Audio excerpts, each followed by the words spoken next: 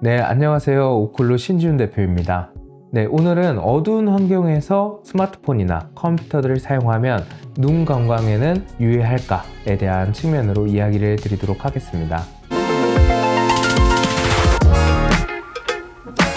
밤에 불을 끈 채 휴대폰 또는 컴퓨터 이런 작업들을 하는 것이 이제는 일상이 되어가는 것 같습니다. 하지만 이 환경 자체가 사람들이 시각적으로 익숙하게 진화적으로 가지게 됐던 시각 시스템과는 조금 정반대인 것 같습니다. 보편적으로 보면 우리가 수렵 생활을 했을 때 해가 뜨기 시작하면서 파란 빛을, 밝은 빛을 받게 되고 그 밝은 빛을 가지고 몸이 깨어나게 됩니다. 그리고 저녁쯤 돼서 점점 어두워지고 노을빛이 들어오고 이렇게 부드러운 빛깔이 오면서 우리는 하루를 마무리하게 됐었죠.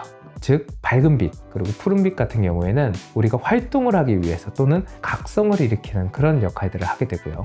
부드러운 빛, 어두운 상태 같은 경우에는 수면을 하기 위해서 휴식을 취하는 환경과 동일합니다. 그만큼 빛이 우리의 생체 시계와 관련성이 굉장히 깊게 연관되어 있습니다. 그러면 이렇게 저녁에 불을 끄고 휴대폰이나 컴퓨터 작업을 하는 것은 눈에 어떤 문제들을 일으키게 될까요? 우선 우리가 먼저 알아둬야 되는 것은 눈을 편안하게 하는 조도비입니다. 이 조명공학과 인체공학에서 제시하고 있는 가이드라인은 3대1의 조도비입니다. 그러니까 중심과 주변의 조도가 3대1 정도 차이일 때 눈이 편안하게 사용이 가능하다라는 이야기인데요. 예시를 들면요. 책상 작업면이 한 600럭스 정도의 조도다 라고 하면은 우리가 주변 조도는 한 200럭스 정도가 돼야 된다는 겁니다. 그러면 한 3대1 정도의 차이가 나서 두 조도 차이가 크지 않으니까 시각을 조금 더 안정적으로 쓸 수 있다는 이야기입니다. 그럼 시각적으로 스트레스를 가지게 되는 시각 기능의 불안정을 가지게 되는 경우는 어느 정도를 기준선으로 할까요? 10대1 정도의 상황입니다. 10대1 정도가 되면 시각이 스트레스를 많이 받게 되는 상황이 된다는 거죠. 2008년도에 전자 디스플레이 대비와 시각 피로 관련된 연구가 있었습니다. 이 국제 연구를 보면요. 이 디스플레이의 조도 차이가 시각 피로에 어떻게 영향을 미치는지에 대해서 측정을 했습니다. 측정 지표들은요. 눈을 얼마나 깜빡이는가, 그리고 동공은 얼마나 수축되고 조절은 어떻게 일어나는가, 그리고 주관적으로 네가 느끼는 시각 피로감은 어땠는가를 가지고 측정 지표를 삼았습니다. 결과적으로 보면 대비도가 차이가 큰 경우에는 눈의 피로도가 훨씬 더 높게 측정이 됐고요. 대비도가 적은 경우가 눈의 피로도가 적게 관찰이 됐습니다. 즉 이제 중심과 주변의 밝기 차이, 조도 차이가 너무 크면은 눈을 피로하게 만들 수 있다라는 관련 연구였습니다. 그럼 우리가 불을 끄고 작업하는 환경의 조도는 어떨까요? 불을 완전히 끄면 제로의 상태라고 생각하시면 됩니다. 많이 잡아도 한 1, 2 이 정도의 조도 상태인 거고요. 우리가 휴대폰이나 컴퓨터를 볼 때는 어떨까요? 거의 수백 럭스에서 1000 가까운 지점까지 강해집니다. 그러면 말도 안 되는 비율 차이가 발생하게 되는 거죠. 이렇게 우리의 시각 시스템 자체가 대비에 굉장히 민감한 시스템을 가지고 있기 때문에 중심과 주변이 안정적이어야 동공도 안정적으로 유지가 되고 초점을 잡는 것도 안정적으로 유지가 되게 됩니다. 그렇지만 만약에 주변 조도가 불안정하게 되면은 동공도 계속 커졌다가 작아졌다가 하고 초점도 계속 잡혔다가 풀렸다가 하고 이렇게 시각적으로 굉장히 변화를 가지게 되는 스트레스를 일으키게 됩니다. 그럼 그게 시간이 흘러가면 점점 눈의 피로감, 눈을 사용하고 난 뒤에 뻑뻑하고 불편함도 생기다가 두통, 눈을 유지하기 어려운 초점 안 잡힘 이런 것들로 점점 증상이 변화되어 갈 수가 있습니다. 이거는 제가 시각 스트레스 관련된 편에서 이야기를 드렸었는데 그 편을 참고해 주시면 좋을 것 같습니다. 두 번째는 밤인데도 낮이라고 착각하는 뇌의 현상입니다. 우리가 밝은 빛을 받았을 때, 푸른 빛을 받았을 때 아침이다. 이제 활동을 해야 되니까 각성을 해야겠네 라고 말씀을 드렸었는데 이렇게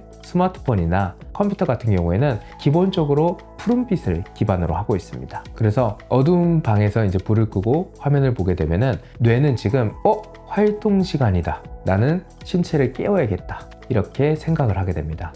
수면을 잘하게 하기 위해서 멜라토닌을 분비하게 되는데 이거 역시도 파장대가 파란색 파장으로 이제 빛이 들어오면은 분포도가 줄어들게 됩니다. 빛과 파장과 관련된 멜라토닌 관련 연구들을 보면요, 수면과 밀접한 관련이 있는 멜라토닌 분비가 빛의 파장의 영향을 굉장히 잘 받는다라고 이야기가 되어 있습니다. 특히 475나노미터에서 빛을 받았을 때와 조금 더 낮은 노란색 부분에서 빛을 받았을 때는 5배 이상의 차이가 발생된다고 합니다. 그러니까 멜라토닌 분비 양이 5배 가량이 차이가 난다는 거죠. 그렇지만 낮은 빛에서도 멜라토닌 분비가 줄어들었다는 것도 여기서 같이 감안할 상황입니다. 그렇기 때문에 우리가 스마트폰이나 컴퓨터들을 보게 되면은 멜라토닌 분비가 줄어들어서 수면의 질을 방해하게 된다. 잠이 잘 안 들게 된다는 거죠. 왜 우리가 이제 푸른빛을 낮으로 인식할까라는 관련된 가설이 하나가 있는데요. 이거 좀 재밌는 이야기이긴 합니다. 우리가 이제 바다에 이 수심 깊게 빛이 어디까지 들어갈까를 이제 조사한 연구가 있는데요. 그걸 보니까 한 수심 200m 아래 정도가 되니까 그곳에는 한 파란 빛깔만 안쪽으로 들어간다는 겁니다.